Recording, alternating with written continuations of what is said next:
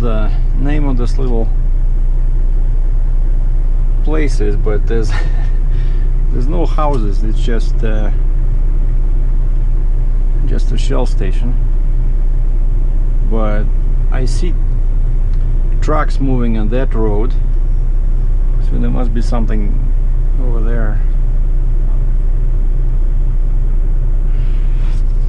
Anyway, I'm about 100 miles, 168 kilometers from where I want to stop, and so this is Wyoming.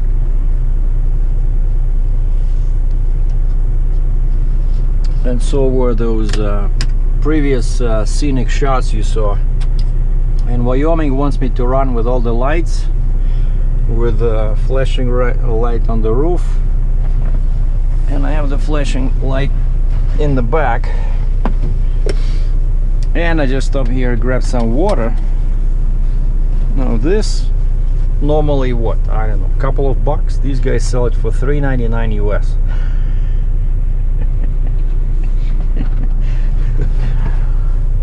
Probably beer would be cheaper, but anyway, so how are we getting out of here? Like, this car is all smashed on this side and it's parked like that, and I see that right behind me there's a bunch of space. So what we're gonna do is I'm just gonna back, and the load has been behaving. Surprisingly, I got no offers to sell. Like normally, you know, it's you need a very strong willpower, because people will come over to you and they will offer you money. But evidently this stuff is not very popular. And there's a very cool truck over there. Check this out. Very old Mack with 4 axles, like a 4-axle truck. Wow, that's probably like 20 years old, you know. Okay, hold on. How do we have enough room in the back?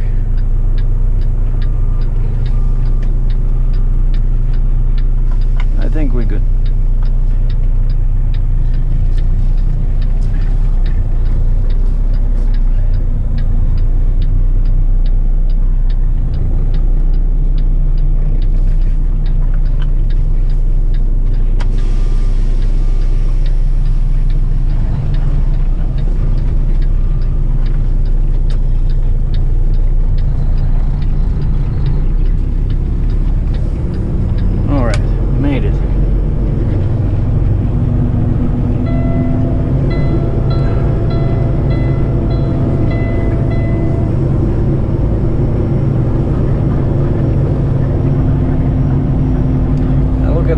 Those mountains, snow-covered peaks, they're so beautiful.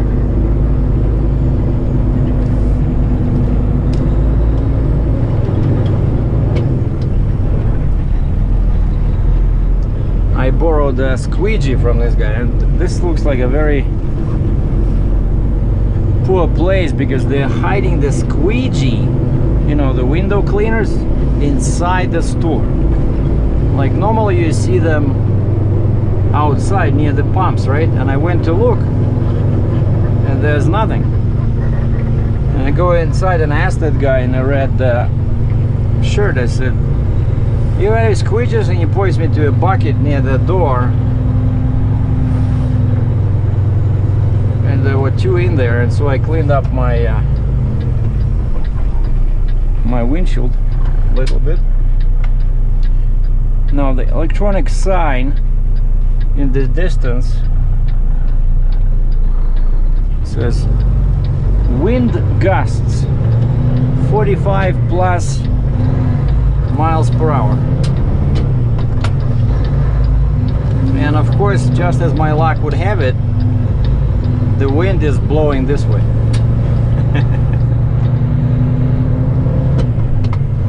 And I'm going that way, so the wind is head on. Bye bye little truck stop.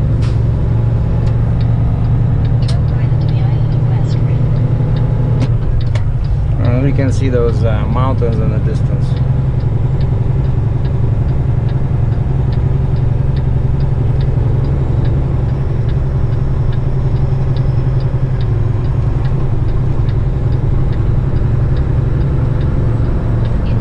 Oh, this was Medicine Bow or something. Like I see, yeah, I see some buildings in the distance over there. And when I entered Wyoming, I called them actually from the place where I slept in Sydney, and they gave me a reference number. So I registered with, so to speak, with the Wyoming DOT, and then when I entered Wyoming, you stop at the port of entry about 6 miles west of the Nebraska border, and they give you a permit. And there were two guys next to me. There's like four people working. It's like a factory, you know, issuing permits and tickets. 4 inspectors. Mine was like older guy, very mild mannered, in good mood, so I got lucky. Didn't ask me too many questions, right? But I'm good. I have more than enough axles. Oh, and by the way, they said in Wyoming, all the axles must be down if you're overweight. I think that's what he said. So kind of like Michigan. And so next to me, next window, the inspector was a very stern, you know, strict looking gentleman, and he was writing and he was explaining to two poor guys, and I look at the driver's license and I see Ontario, and I was, you know, overheard the inspector talking. So basically they had kind of like team drivers, or maybe no, they were not team drivers, they were the instructor and the driver, and they messed up their logbook because one of them was out of hours and the other guy was driving. He was not supposed to be driving, he was supposed to be in the sleeper anyway. So this guy says, if I give you all the tickets for all the things that you violated here, he says it'll be around $1,000 for the logbook, for, you know, he put them out of service. And he says, I'm only giving you 185 plus 20, so basically only $200. So the guy actually was okay, but they hardly speak English.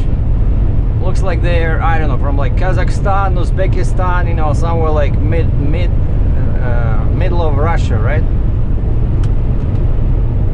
And they say, so we can drive after 6 hours. And the guy says, no, you're out of service. Only one of you can drive in 6 hours. So, and they say, so we have to stay here? And he says, yeah, you have to stay here.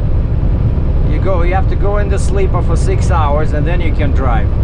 And what's funny is that this is Cheyenne. The next stop is the truck stop, Sepp Brothers, just next exit, basically 1 mile, maybe less than 1 mile away from this DOT station is that. But they cannot drive. He put them out of service, you know. And so now they have to sit there for 6 hours at that you know, middle of nowhere. So this is what happens when you cheat on your log, you know, because that's what the guy said they were doing. They cheated on their log, and that's why I'm so happy I have the e-log. I don't have to worry about it. It logs me automatically, you know, everything is cool. And so yeah, they gave me the permit, and I also learned that, I asked him, I said, does it matter in Wyoming whether you have a Stinger or whether you run with a quad? Because I started seriously looking into this, you know, like what states want you to have 3+1 or 2+2 as opposed to a quad. You know, which states don't give you 80,000 pounds. And so I started compiling a list. Like some states give me, you know, 80, 90,000 pounds in the back, but some only give me 68, 65, 72, and I marked them all in red. And probably there's like 30%, like minority of the states that does not want to give you 20K per axle when you have a quad, you know, 4 axles in the back. And Wyoming is one of them, so they only give me 74,000 pounds. And he says, yeah, if you have a Stinger, we'll give you 80. But check this out. The Stinger is not made out of paper. The Stinger is made out of heavy metal. And the Stinger used for 3+1 is lighter, much lighter than the Stinger used for 2+2. That one has to be much beefier, more cylinders, and costs almost twice than what the 3+1 Stinger cost. So I know a 2+2 Stinger is 5,000 pounds. So let's just say that this one is, let's just say, I don't know, 3,500, but let's just round it up 4. Now imagine, Wyoming gives you 74,000 pounds. Okay, so you're moving a heavy load, so you need to get 80 over there, right? So you buy a Stinger, you spend $20,000 US on a Stinger, which gives you 80,000 in the back. Cool. So you gained 6,000 pounds for your payload, but the Stinger weighs 4,000 pounds. So in reality, all you gained is 2,000 pounds, if that, and you gained 2,000 pounds or 1 short ton, and you paid, oh look, deer. Or no, that's not a deer, that's, it looks like, what is called, the antelope, you know? Like very nice looking animal. Yeah, they didn't have any horns. So anyway, so it's useless, you know? So that's why some people say that it's much better to have a 2+2 Stinger, because at least then much more states will give you, you know, like 45, 46 per tandem, and instead of 80 you can get 92,000 pounds over there, you know. Then it's okay, because yeah, the Stinger is 5K, but right, but now, you know, you gain so much more weight. But anyway, so that's what I'm doing my research on now, and I'm always researching something. That's kind of like a hobby, research.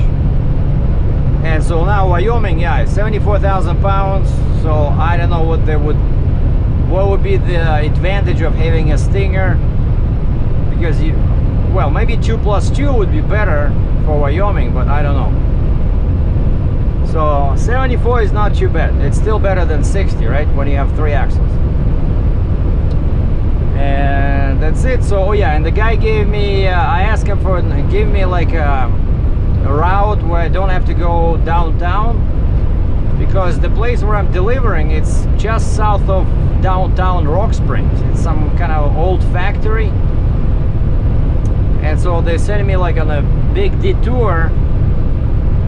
And so I found this truck stop about, I don't know, 20 minutes from that exit, because that's the last truck stop over there. The last truck stop before my turn off on the local road. And I want to sleep there and then get up at 6:15 local time. I'd be on the road at 7, so that should give me enough time to be on site around 8. And you see, now we are 13 miles east of Rollins,